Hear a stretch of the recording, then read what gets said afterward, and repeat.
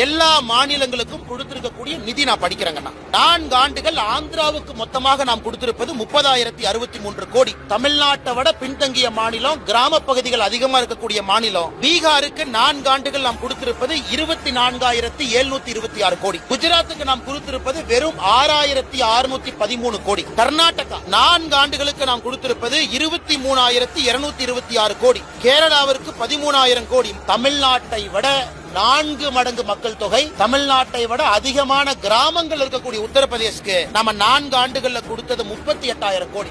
இந்தியாவில் அதிகமாக 100 நாள் வேலை வாய்ப்பு திட்டம் நாம் கொடுத்த நிதி இந்திய அரசியல் சரித்திரத்தில் தமிழ்நாடு. கடந்த 4 ஆண்டுகள்ல 39,333 கோடி ரூபாய். யூபி தமிழ்நாட்டை விட 3 மடங்கு மக்கள் தொகை அதிகம், தமிழ்நாட்டை விட கிராமம் அதிகம். அவங்க நடத்தாத 100 நாள் வேலை வாய்ப்பு திட்டத்தை அவங்க நடத்திட்டு இருக்கா.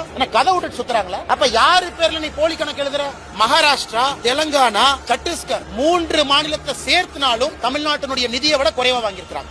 உத்தரப்பிரதேசல 23 கோடியில 15 கோடி கிராமப்புறம், அவன் 38,000 கோடி. 8.5 கோடி மக்கள் தொகையில 3.7 கோடி கிராம மக்கள், ஆனா நான் 39. அப்ப இடையில எவனோ பணத்தை சாப்பிடுறான். Clear, data clear. இன்னைக்கு 100 நாள் வேலை வாய்ப்பு திட்டத்துல நம்ம எல்லாருக்குமே புரிதல் இருக்கு.